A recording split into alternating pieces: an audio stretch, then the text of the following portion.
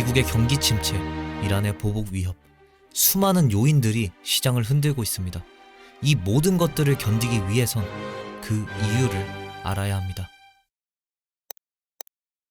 안녕하세요, 비토벤입니다. 비트코인이 새벽 62K까지 하락했다가 지금 8시 기준 65K까지 말아 올려주었습니다. 반면에 최근 AI 열풍으로 나스닥의 상승장을 이끌었던 엔비디아가 고점 대비 무려 27% 하락하면서 뜨겁게 달궈놓았던 미국 주식시장 전체를 차갑게 만들고 있습니다. 나스닥 역시 계속 떨어지는 모습을 보여주고 있는데요. 원래 나스닥과 비트코인은 같이 올라가고 같이 내려갔습니다. 하지만 지금은 반대가 되었죠. 그 이유에 대해서 설명해 드리겠습니다. 먼저 전체적으로 미국 주식시장이 왜 폭락을 했을까 생각을 해보면 최근 미국 주식시장은 AI 열풍이 크게 불었습니다. 그런데 시장이 투자하는 금액에 비해서 벌어들이는 수익이 그만큼 나오지 않으니까 AI는 거품이다 라는 말이 많이 나오면서 가격이 하락했죠. 하지만 더 근본적인 이유로는 미국에서 오늘 발표한 신규 실업수당 청구 건수는 예상했던 23만 6천 건보다 훨씬 많은 24만 9천 건으로 높은 수치가 나오고 PMI 지수 역시 예측치보다 2%나 하락하는 모습을 보여주었습니다. 이건 경기가 많이 침체되었다는 것을 의미합니다. 또 동시에 금리 인하의 가능성 또한 커질 수 있다는 것이죠. 그럼 여러분들은 금리 인하가 되면 오히려 상승해야 되는 거 아니냐라고 물어보실 수 있습니다. 제 대답은 아닙니다. 경기 침체가 너무 심해지면 오히려 하락할 수 있습니다. 증권은 위험자산이라 그 회사가 망하면 내 주식도 동시에 망할 수 있기 때문이죠. 오늘 나왔던 PMI 지수, 실업수당 청구 건수 모두 예상치보다 훨씬 안 좋게 나왔기 때문에 경기 침체 악재가 금리 인하에 대한 기대를 싹 잡아먹은 겁니다. 따라서 사람들은 안전 자산에 투자할 가능성이 더 높죠. 실제로 경기 침체로 금리를 내렸을 때의 차트를 확인해 보시면 2001년 9.11 테러 당시 금리 인하와 동시에 나스닥의 하락을 볼 수 있습니다. 2008년 서브프라임 모기지 사태 역시 마찬가지였고 2020년 코로나 때 역시 나스닥과 금리가 동시에 하락하는 모습을 볼 수 있죠.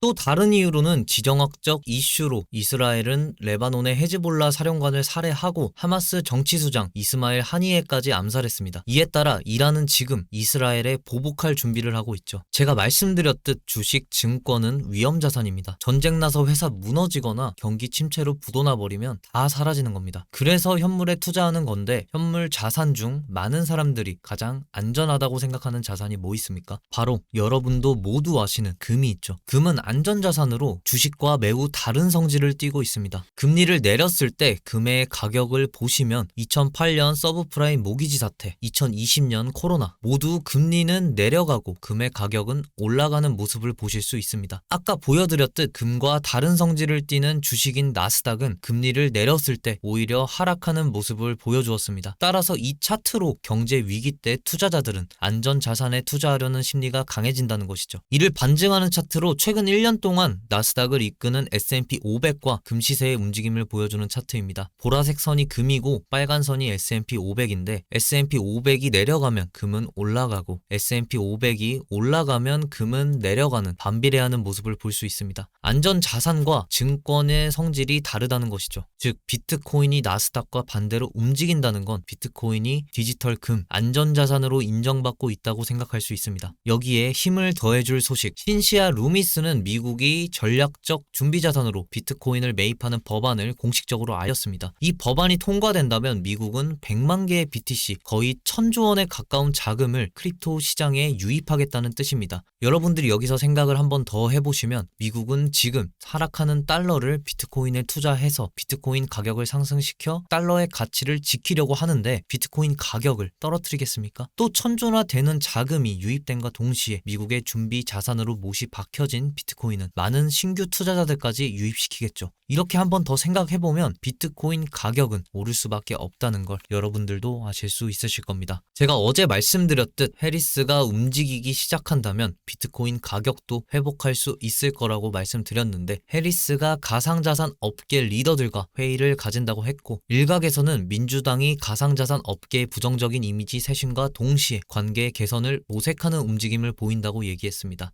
해리스는 지금 마크 큐방과 같은 가상자산의 우호적인 스탠스를 보이고 있는 거물들에게 지지를 받고 있고 폴리마켓 지지율까지 거의 따라잡은 가운데 만약 이번 회의에서 좋은 결과를 가지고 와 준다면 트럼프 트럼프가 마운트 곡스 폭락 때 우리를 구원해준 것처럼 이번에는 해리스가 지금의 조정장에서 크립토 시장의 투자자들을 꺼내줄 수 있을 것으로 보입니다.